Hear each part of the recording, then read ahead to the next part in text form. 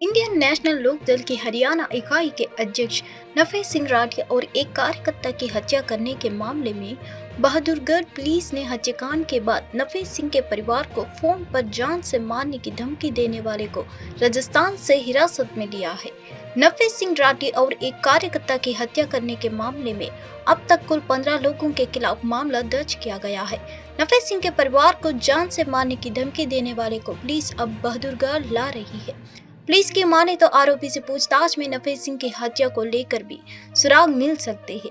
एक पुलिस अधिकारी ने बताया कि इनेला नेता के बेटे जितेंद्र राठी के बयान के आधार पर विजेंद्र राठी, संदीप राठी और पाले राम के खिलाफ एफआईआर दर्ज की गई है। महत्वपूर्ण घोषणा जारी कर फास्टैग केवाईसी अपडेट करने की समय सीमा बढ़ा दी है। दरअसल फास्टैग केवाईसी अपडेट की डेडलाइन कल खत्म हो रही है, लेकिन अधिकारियों ने हाल ही में घोषणा की कि इसे इस साल 31 मार्च तक बढ़ा दिया गया है।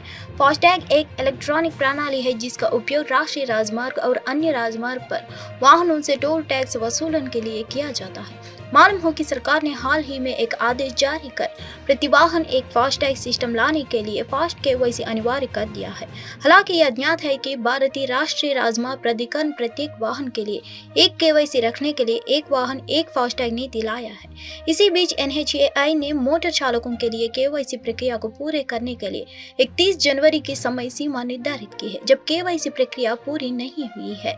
पेटीएम ने एक बार फिर यूजर्स को ध्यान में रखते हुए फास्टैग की डेडलाइन बढ़ा दी है। हाल ही में एनएचएआई ने नो योर कस्टमर का अपडेट करने की समय सीमा 31 मार्च 2024 तक बढ़ा दी है। हाल में पहले से ही एक कमजोर सरकार सत्ता में है। गठबंधन सरकार कमजोर होने के कारण सरकार इधर उधर गिरती रही। नेपाल की नेशनल असेंबली के स्पीकर पद को लेकर सत्तारूढ़ गठबंधन में दरार है। फिलहाल नेपाल में माओवादी सेंटर के और नेपाली कांग्रेस की गठबंधन सरकार है। नेशनल असेंबली के चेयरमैन के सवाल पर देश की दो प्रमुख पार्टियों के बीच दरार बढ़ने लगी। गठबंधन सरकार पर मंडरा रहे नीले बादल नेपाल की सबसे बड़ी राजनीतिक पार्टियों में से एक माओवादी सेंटर स्टैंडिंग कमेटी की बैठक बुधवार को हुई है। बैठक के बाद माओवादी सेंटर ने घोषणा की कि वह नेशनल असेंबली के स्पीकर पद के लिए चुनाव लड़ेंगे। समस्या इसलिए पैदा हुई क्योंकि माओवादी सेंटर के पूर्व अध्यक्ष और मौजूदा प्रधानमंत्री पुष्प कमल दहल प्रचंड ने साफ कर दिया गया है कि उनकी पार्टी देश की ऊपरी सदन यानी नेशनल असेंबली के स्पीकर पद के लिए नेपाली कांग्रेस के उम्मीदवार का समर्थन करेगी, लेकिन अब हालात बिगड़ते नजर आ रहे हैं। मोदी की 1 मार्च यानी आज पश्चिम बंगाल के आरामबाग के कालीपुर मैदान की यात्रा से पहले तैयारियां चल रही है। प्रधानमंत्री मोदी 1 मार्च यानी आज को पश्चिम बंगाल में विभिन्न विकासात्मक परियोजनाओं का उद्घाटन, लोकार्पण और शिलान्यास करने वाले हैं। प्रधानमंत्री करेंगे आरामबाग में 7,200 करोड़ रुपए से अधिक की गई विकास परियोजनाओं की आधारशिला रखी है।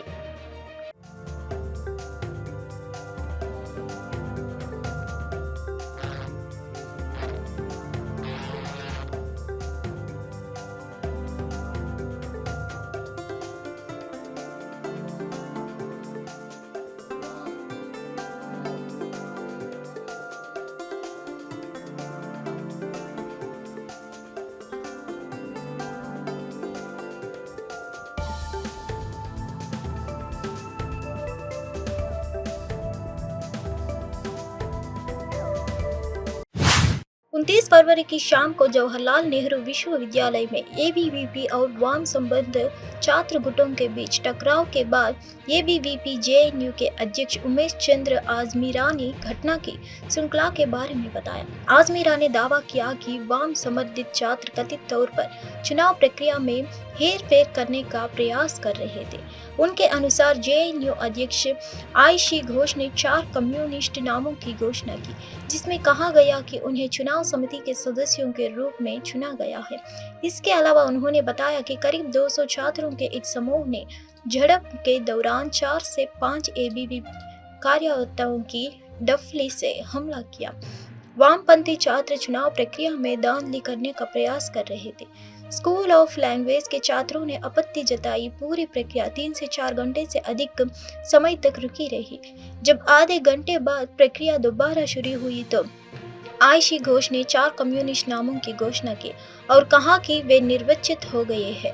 कार्यकर्ताओं ने नाम उजागर करने और चयन प्रक्रिया की मांग की। दानिश ने कहा कि 4 नहीं बल्कि 2 ही पुराने सदस्यों के दोबारा चुना गया है। आयशी और दुनिया ने विरोधाभासी बातें कही।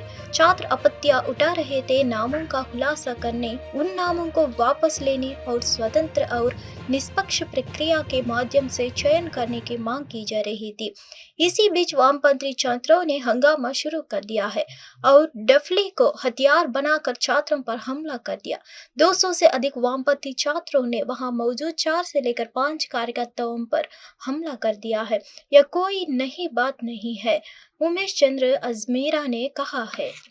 ऑब्जेक्शन रेज किए थे कि ये जो फेयर प्रोसेस पे नहीं फॉलो कर रहे हैं, वहाँ पे NSUI और मुस्लिम स्टूडेंट फेडरेशन भी वो दानिश और आयशी घोष को बोल के कि ये अनफेयर, आपको लिस्ट के बाहर से दूसरा लिस्ट से नाम पड़ रहे बोल के पकड़ा गए थे। तो वो जो पूरा प्रोसेस को रोका गया था 2-3-4 घंटे से ऊपर। हाँ, तो वहाँ पे दानिश अपॉलोज करता है, बोलता है कि हमारे से गलती हो गई, हम माफी मांगने के लिए रेडी है। लेकिन आधा घंटे के बाद जब वो GBM रिकन्वीन किया जाता है, वहाँ पे माफी मांगना छोड़ देता है और ऊपर से आयशी घोष 4 नाम, हाँ खुद 4 कम्युनिस्ट नाम का अनाउंस करके ये सिलेक्ट हो गया बोल के वहाँ के अनाउंस करके भाग जाती है। तो वहाँ पे जो कार्यकर्ता है वो ये पूछ रहे थे सिर्फ कि दानिश था वहाँ पे, तो ये जो 4 नाम है, हाँ 6 पूरा चूज करना था, 2/3 मेजॉरिटी चूज ऑलरेडी पहले चूज किया गया था। जो बाकी 4 नाम अनाउंस करके भाग गई थी, वो 4 नाम कौन है डिस्क्लोज कीजिए, और दूसरा किस प्रोसेस से आप उनको सिलेक्शन किए बताइए। तो दानिश बोलता 4 नहीं, हम 2 ही पुराना IC का मेंबर्स को चूज किया गया। लेकिन आयशी घोष 4 नाम बोलती है और ये दानिश 2 नाम बोलते हैं। तो ये दोनों का कॉन्ट्राडिक्टरी स्टेटमेंट्स था। ऊपर से वो कौन है, किस प्रोसेस से सिलेक्शन किया गया बता नहीं रहे थे। तो वहाँ पे ABP कार्यकर्ता जो स्कूल ऑफ लैंग्वेज वाले और कॉमर्स स्टूडेंट्स ऑब्जेक्शन रेज कर रहे थे। लेकिन वो ना आयशी घोष को बुलाने के लिए जब मांग रहे थे, तो आयशी घोष को ना आयशी घोष आती है ना ये बुलाते हैं। तो ये पूरा साठगांठ मिलकर भारतीय पूर्व कैप्टन महेंद्र सिंह धोनी को उनकी पत्नी साक्षी सिंह के साथ 1 मार्च यानी आज मुंबई हवाई अड्डे पर देखा गया था। विशेष रूप से वे अनंत अंबानी और राधिका मर्चेंट के 3 दिवसीय प्री वेडिंग समारोह में भाग लेने के लिए जमनगर जा रहे थे। रिलायंस के चेयरमैन मुकेश अंबानी के सबसे छोटे बेटे अनंत उद्योगपति वीरेन मर्चेंट को बेटी राधिका मर्चेंट के साथ शादी के बंधन में बांधने जा रहे हैं। धोनी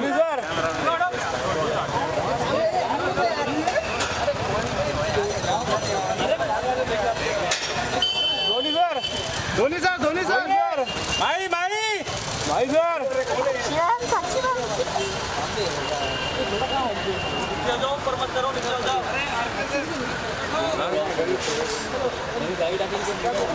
कौन आ गया? महेंद्र सिंह धोनी MS धोनी सर भाई झालं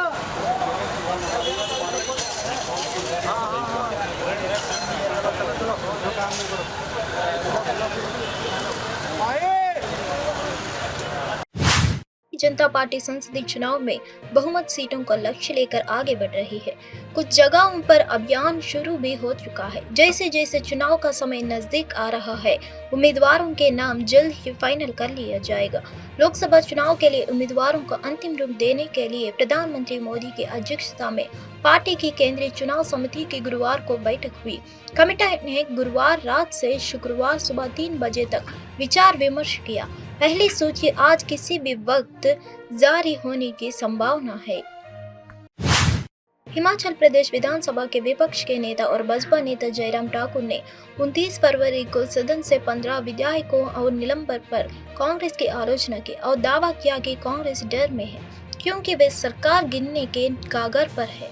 राज्य सरकार के खिलाफ अविश्वास प्रस्ताव पर हिमाचल प्रदेश के LOP जयराम ठाकुर ने कहा, हम अपने काम में व्यस्त है। जो कुछ भी हो रहा है वह सब उनके बीच में हो रहा है। इसके लिए कोई और नहीं बल्कि वे खुद जिम्मेदार है। क्या कर रहे हैं, क्या कह रहे हैं, शायद मुख्यमंत्री इस बात को जो है वो समझ नहीं पा रहे हैं ठीक तरह से।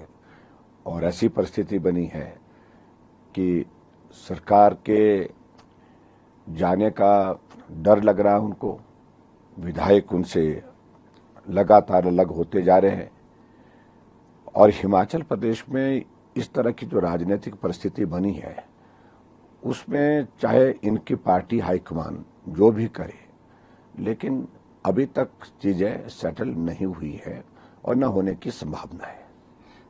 क्या कांग्रेस के और लोग भी भाजपा के संपर्क में हैं? क्या आपको लग रहा है सरकार गिर जाएगी? हम तो यहाँ बैठे हैं, हम तो कुछ नहीं कर रहे हैं। जो में राज्यसभा सांसद नासिर हुसैन की जीत के बाद विधानसभा के बाहर पाकिस्तान जिंदाबाद के नारे लगे थे। इस मामले में अब फॉरेंसिक रिपोर्ट सामने आ गई है। इस रिपोर्ट में दावा किया गया है कि कर्नाटक विधानसभा के बाहर पाकिस्तान जिंदाबाद के नारे लगे थे। इंडिया टुडे की एक खबर में फॉरेंसिक रिपोर्ट के दावा पेश किया गया है। इंडिया टुडे ने अपनी खबर में सूत्रों के हवाले से यह दावा किया है कि कांग्रेस उम्मीदवार की राज्यसभा जीत के जश्न के दौरान पाकिस्तान समर्थक नारे लगाए गए हैं। फॉरेंसिक विशेषज्ञों ने इसकी पुष्टि की है। राज्य सरकार को सौंपी गई रिपोर्ट के मीडिया में और ऑडियो दोनों में पाकिस्तान समर्थक नारों की मौजूदगी को भी पुष्टि की गई है और कहा गया है कि फुटेज में हेरफेर नहीं किया गया था। साल 2012 अफवाह उड़ी थी कि इस साल दुनिया खत्म होने वाली है। अफवाह थी इसलिए दुनिया बच गई, लेकिन इसी साल देश की राजनीति में एक नया अध्याय शुरू हुआ। सत्ता के खिलाफ खड़े हुए एक आंदोलन से जन्म कुछ नेताओं ने पार्टी बना ली। नाम दिया आम आदमी पार्टी। इसका संक्षेपण किया गया आप के तौर पर। पार्टी के कद्दावर बने अरविंद केजरीवाल उस समय के अपने बयानों में केजरीवाल ने कई वादे किए थे। उनमें ये बातें भी शामिल रही कि वो ये सुनिश्चित करेंगे कि उनकी पार्टी में परिवारवाद ना हो। नवंबर 2012 में उन्होंने कहा था कि अब आम आदमी चुनाव लड़ेंगे, आम आदमी वोट देगा और आम आदमी संसद में बैठेगा। उन्होंने दावा किया था कि उनकी पार्टी राजनीति और राजनीतिक दलों के काम करने का तरीका बदल देगी। उन्होंने कांग्रेस पार्टी पर निशाना साधते हुए कहा था कि वो इस बात को सुनिश्चित करेंगे कि उनकी पार्टी में कोई पारिवारिक शोषण ना हो। साल 2022 के अगस्त महीने में भी उन्होंने परिवारवाद दस्तावेज के लेकर कांग्रेस और भाजपा पर निशाना साधा था।